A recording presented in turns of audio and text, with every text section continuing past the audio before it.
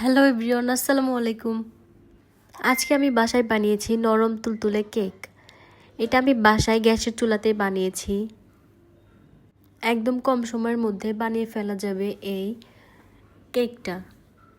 এই কেকটা বানানোর জন্য এখানে আমি 3টা ডিম দিয়ে দিয়েছি। আমি এখানে 3টা ডিম ব্যবহার করেছিলাম। কেকটা যেহেতু একদম ছোট করে বানাবো, সেই জন্য এখানে আমি মাত্র 3টা ডিমই ব্যবহার করেছি। একে একে 3টা ডিমই এখানে আমি ভেঙে নিচ্ছি বাটিতে। ডিমগুলো ভেঙে নেওয়ার পর এখানে আমি এর থেকে সাদা অংশ এবং কুসুম আলাদা করে নিচ্ছি। এখানে আমি অন্য একটা বাটিতে 3টা ডিমের 3টা কুসুম আলাদা করে নিচ্ছি। এখন ডিমগুলোকে বিট করে নিব, সেজন্য আমি এখানে বিটার দিয়ে বিট করছিলাম। কিন্তু আমার একটা সমস্যা হয়েছিল যে বিটারটার চার্জ একদম শেষ হয়ে গিয়েছিল, তো সেই জন্য এটা ভালো করে হচ্ছে না। তাই এখানে আমি পরবর্তীতে বিটার রেখে হ্যান্ড মিক্স দিয়েই এটাকে বিট করেছিলাম। এখানে আমি একটা ভুল করেছিলাম, যদি আমি ইলেকট্রিক বিটারটা কিনতাম তাহলে সেটা ভালো হতো। তো এটা আমি যেহেতু নর্মালটা কিনেছি, তাই এটা দিয়ে বেশি দিন কাজ করা যায় না, তো এটার চার্জ তাড়াতাড়ি শেষ হয়ে আসে। তো আমি ট্রাই করছিলাম যাতে এটা দিয়ে করা যায় নাকি, কিন্তু এটা দিয়ে একদম করা যাচ্ছিল না। তাই এটা রেখে এখন আমি হ্যান্ড মিক্স দিয়ে বারবার এটা মিক্স করে নিচ্ছি। এখানে আমি আধা কাপ পরিমাণ চিনি দিয়ে দিয়েছি ডিমের ভেতরে। তো এখন ডিম আর চিনিটা আমি ভালো করে ফেটিয়ে নিব।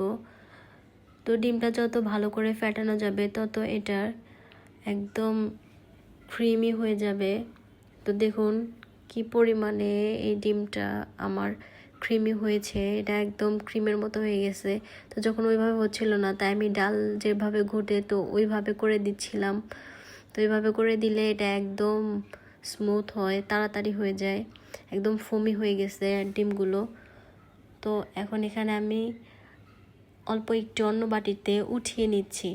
এটা যেহেতু ক্রিমের মতো হয়ে গেছে, তাই আমি অন্য বাটিতে আলাদা করে নিচ্ছি এবং বাদবাকিতে এখানে আমি দিয়ে দিব সেই আগে থেকে উঠিয়ে রাখা 3টা ডিমের কুসুম। এখন এই কুসুমটা আমি এই সাদা অংশের সঙ্গে ভালো করে মিক্স করে নিব। কুসুমগুলো ভালো করে মিক্স করে নেবার পর এখন আমি এখানে তেল দিয়ে দিচ্ছি। এখানে প্রায় এক কাপ পরিমাণ আমি তেল দিয়ে দিয়েছি এবং এখানে আমি গুঁড়া দুধ দিয়েছি। গুঁড়া দুধটা আর মেপে দিইনি, এভাবে দিয়ে দিয়েছিলাম। তো এখানে আমি 2 চা চামচ পরিমাণ বেকিং পাউডার দিয়েছি এবং গুঁড়া দুধ দিয়েছি।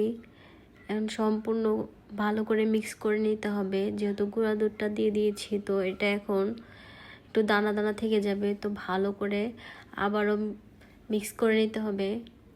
তাই আমি যতটা সম্ভব মিক্স করে নিচ্ছি। আসলে প্রচুর ঠান্ডা লাগার কারণে ভয়েস দিতে অনেক কষ্ট হচ্ছে, তারপরেও আপনাদের সুবিধার্থে ভয়েসটা দিচ্ছি, কারণ আমি কখন কি ব্যবহার করছি আপনারা হয়তো বুঝতে পারবেন না, তো তাও ভয়েসগুলো দিচ্ছি। এখানে আমি হাফ কাপ পরিমাণ ময়দা ব্যবহার করেছিলাম, তারপর ময়দা দিয়ে আবার তেল দিয়ে দিয়েছি। তো ময়দা দেওয়ার পর এটা ঘন ঘন লাগছিল, তাই এখানে আমি তেল দিয়েছি যাতে এটা আর একটু পাতলা হয়ে যায় ব্যাটারটা। তো ব্যাটার কমপ্লিট হয়ে গেছে। এখন আমি এখানে মোল্ড নিয়েছি। তো এই মোল্ডের ভিতরে আমি তেল দিয়ে তারপর এখানে আমি কেকটা বেক করেছিলাম। তো এটা আমি গ্যাসের চুলাতেই করেছিলাম। দেখুন আমার কেকটা হয়ে গেছে। তখন আমি কেকটা মাঝখানে স্লাইস করে কেটে নিয়েছি। তো এখানে আমি এখন দিয়ে দিচ্ছি সুগার সিরাপ একটাতে দিয়ে এখন আমি যে ক্রিম উঠিয়ে রেখেছিলাম সেই ক্রিমটা মাঝখানে দিয়ে দিচ্ছি। দেখুন ঘরোয়া প্রসেসেও এইভাবে ক্রিম বানানো যায়। দেখুন ক্রিমটা কত ভালো হয়েছে। তো আমি সম্পূর্ণ ক্রিমটা ভেতরে দিয়ে দিব। এটা আমি ডেকোরেশন করব না, তাই আমি শুধু ভেতরে দিয়ে দিয়েছিলাম এবং উপরে এমনিই যাতে একটু দেখতে ভালো লাগে তাই হালকা হালকা করে উপরে এভাবে দিয়েছিলাম, আর উপরে সুগার সিরাপ দিয়েছিলাম। তো দেখুন আমার কেকটা একদম হয়ে গেছে। কেকটা দেখতে যেরকম ছিল খেতে অনেক মজা ছিল। একদম বাসায় বানানো কেক, একদম অথেন্টিক এবং খেতে অনেক মজাদার সুস্বাদু। তো আমার কাছে তো ভালো লেগেছে, আপনাদের কেমন লাগবে জানি না।